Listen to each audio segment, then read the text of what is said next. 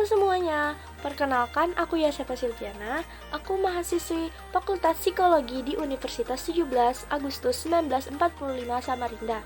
NPM aku 21111001351014. Di video kali ini, aku ingin sedikit membahas tentang salah satu tokoh di aliran psikologi Gestalt, yaitu adalah Kurt Lewin. Kalian pasti sudah penasaran kan siapa itu Kurt Lewin? Nah, daripada berlama-lama, mari kita langsung saja ke video pembahasannya. Jadi, Kurt Lewin dilahirkan di Mugello, Jerman pada tanggal 9 September 1890 dan wafat pada tanggal 12 Februari 1947 karena serangan jantung.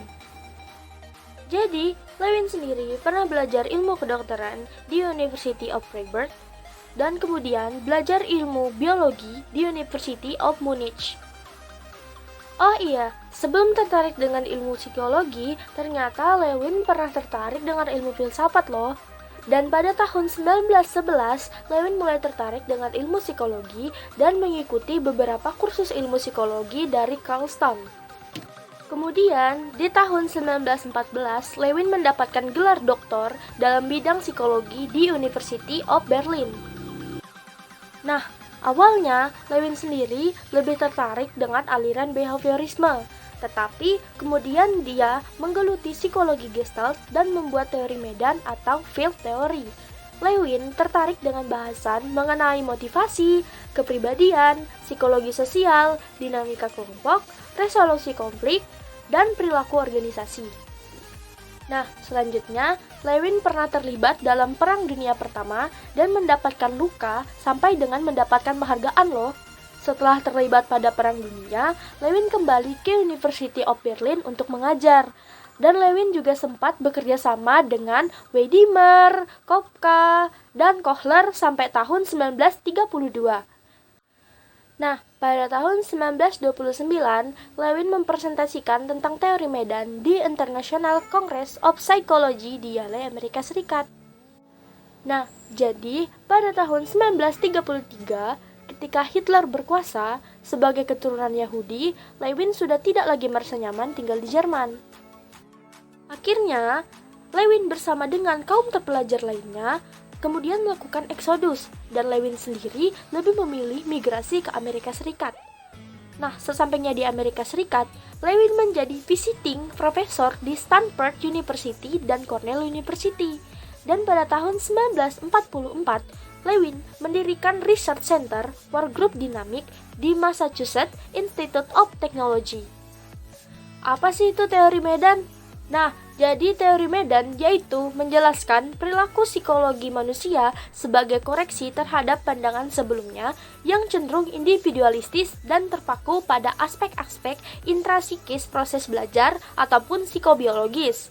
Menurut Lewin, aktivitas psikologis manusia terjadi dalam medan psikologis tertentu yang kemudian disebut dengan life space. Setiap orang memiliki life space masing-masing. Life space ini terdiri dari berbagai macam hal yang mungkin mempengaruhi manusia pada suatu saat tertentu. Dari berbagai hal yang mempengaruhi manusia tersebut, ada yang disebut dengan psikologi fact.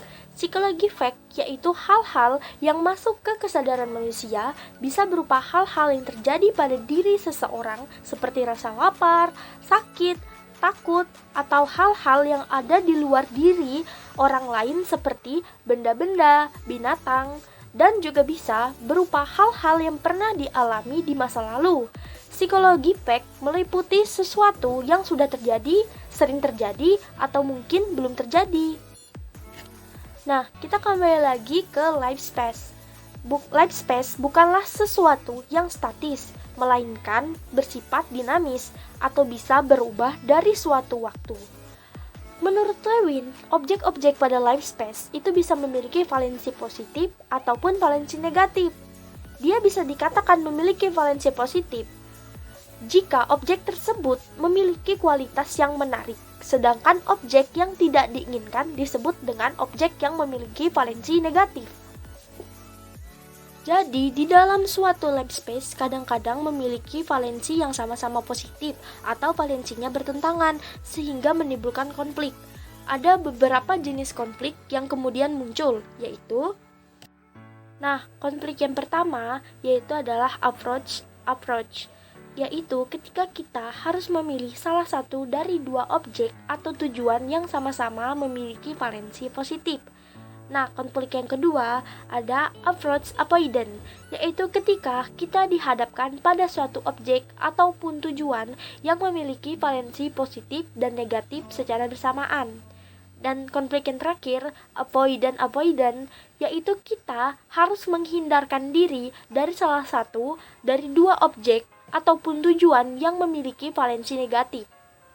Yang terakhir, kita masuk ke bagian motivasi. Bahasan lain yang juga dibicarakan oleh Lewin adalah motivasi.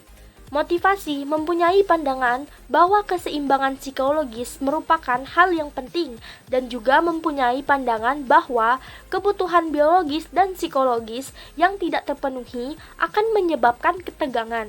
Dan ketegangan inilah yang mendorong atau memotivasi manusia untuk bertindak dalam rangka mengurangi ketegangan tersebut. Jadi, motivasi bersumber dari kebutuhan biologis dan psikologis yang tidak terpenuhi. Jika kebutuhan tersebut terpenuhi, maka ketidakseimbangan atau disequilibrium yang menyebabkan ketegangan otomatis tidak terjadi. Sekian video penjelasan singkat dari saya. Maaf jika masih banyak-banyak salah kata. Dan terima kasih sudah menonton video ini. Jangan lupa kalian harus selalu pantengin channel ini untuk mendapatkan info tentang materi psikologi-psikologi lainnya.